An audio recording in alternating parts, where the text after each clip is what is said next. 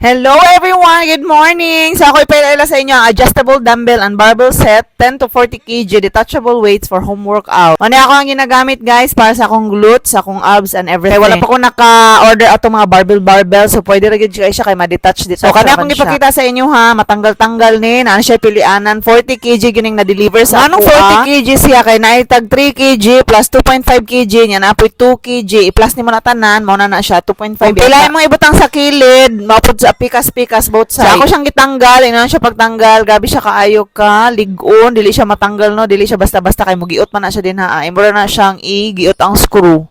Screw bitaw na basta na skill. Okay, so ang akong gipakita sa inyo ha kay duha ka buok, pero pwede na nato na siya iisa kung gusto ta katong isangit na siya sa ato ang likod or sa atong tiyan kay mo gina supposedly no para bugat pagid kaayo nya daghan imong masulod kintahi tag tulo ka tag 3 kg o unom plus unom sa pika, so 12 kg. So, ako manghod daw kay nakaabot na siya atog mga pila to kakuan, 17, sa pila to kakuan ihang na ano na. Basta ako pag start guys, saka na mga video na ako kay kuan lang ako tag duha ka 3 or 2.5 og 3 akong isa ko ning anak kahawd no kay mapay pagsugod na ako nya murag mahadlok ko bis mabilwa ang ako mga avaga.